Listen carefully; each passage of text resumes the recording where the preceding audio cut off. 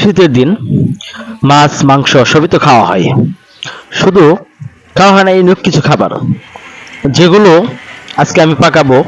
সেটা হচ্ছে ফুলকপি, শুটকি মাছ, এগুলো দিয়ে আজকে রান্নাটা শুরু করব। কারণ এটা ইউনিক, কেউ মনে হয় না যে ফুলকপি দিয়ে হচ্ছে রান্না করে খাইছি। তো যাই হোক, ব্যাচেলার মানুষ, স্যাম্পল রান্না।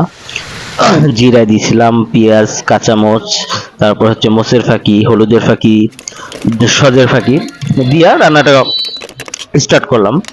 তো স্টার্ট করার সময় দেখলাম যে রান্নার যে কালারটা একদম খারাপ হয়নি। ঢেকে দিলাম, ঢেকে দেওয়ার পর হচ্ছে আবার খুলে নাড়াচাড়া করলাম, কিন্তু এই রান্নাটা যে কেমন লাগবে সেটা আমার নিজের অজানা। যেহেতু স্টার্ট করছি, রান্নাটা তো কমপ্লিট করেই এটা টেস্ট নেব। কারণ এর আগে আমি জীবনেও এই শুটকি মাছ দিয়ে হচ্ছে ফুলকপি দেখাইনি, শুটকি মাছ দিয়ে হচ্ছে বেগুন দিয়ে খাইছি বা আলু দিয়ে রান্না করছি, সুন্দর করে হচ্ছে ভুনা করছি, সেগুলো অনেক টেস্ট ছিল। তো ভাবলাম যে ফুলকপি দিয়ে শুটকি মাছতে কেমন লাগে, সেজন্য রেসিপিটা।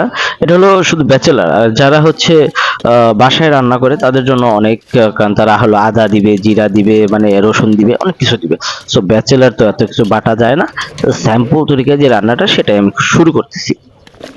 তো চেকে টেকে দেখলাম নুন টুন সব হয়েছে, সেই জন্য ফুলকপি দিয়ে দিলাম। ফার্স্ট টেবল হচ্ছে আপনার যে কাস্কি শুটকি মাছগুলা, ওইগুলো হচ্ছে একটু বোনা করে নিয়েছিলাম, কষিয়া, জানি খেতে টেস্ট হয়, মজা হয়। তারপরে ফুলকপি দিয়ে নাড়াচাড়া দিয়ে ঢেকে দিলাম, 2-3 মিনিট কিছু সময় রেখে দিলাম। তারপর হচ্ছে আবার নাড়াচাড়া দিয়ে ভিতরে যেন সে লবণ টবণ মোস্ট মানে সবকিছু যায় আর কি। তো রান্নাটা একদম খারাপ হয় নাই আমার মনে হচ্ছে। আবার মাঝে মাঝে চেখে দেখছি, ঝোল টোল মাঝে মাঝে চাইকে টাইকে দেখলাম, ভালোই হচ্ছে। রান্নার কালারটা একদম খারাপ আসে নাই। ইভেন রান্নাটাও আশা করি খারাপ লাগবে না, যেহেতু আমার নিজের হাতের রান্না করা, আমি প্রায়ই রান্না করি, ব্যাচেলার তো আমি নিয়মিত রান্না করে খাই। সেজন্য দেখেন কালারটা কিন্তু খারাপ হয়নি, প্লাস খেতেও খারাপ লাগবে না। শুটকি মাছ দিয়ে একটা দিন আপনারাও ট্রাই করে দেখতে পারেন বাসায়, যারা বিশেষ করে ব্যাচেলার আছেন। ধনিয়া পাতা দিয়ে দিচ্ছি, জানি খাবারের স্বাদ এবং ঘ্রাণটা যেন আরো আকর্ষণীয় হয়, সেজন্য দিয়ে দিচ্ছি, স্বাদটা বেড়ে যাবে। তো ভিডিওটা যদি অবশ্যই ভালো লাগে তাহলে লাইক কমেন্ট শেয়ার দিয়ে পাশে থাকবেন। সুস্থ থাকবেন, ভালো থাকবেন।